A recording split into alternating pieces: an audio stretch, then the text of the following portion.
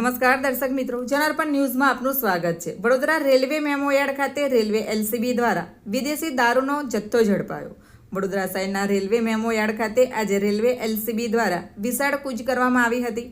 સૂત્રોના જણાવ્યા અનુસાર ટીમે ત્યાંથી વિદેશી દારૂનો જથ્થો ઝડપી પાડ્યો છે। જપ્ત કરવામાં આવેલા આ મુદ્દામાલની કિંમત અંદાજે રૂપિયા 4 લાખ જેટલી હોવાનું કહેવાય છે।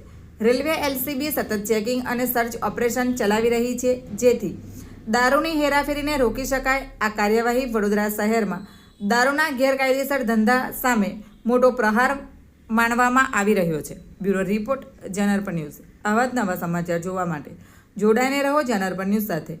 અમારી ચેનલને લાઇક કરો, શેર કરો, સબસ્ક્રાઇબ કરો। ધન્યવાદ।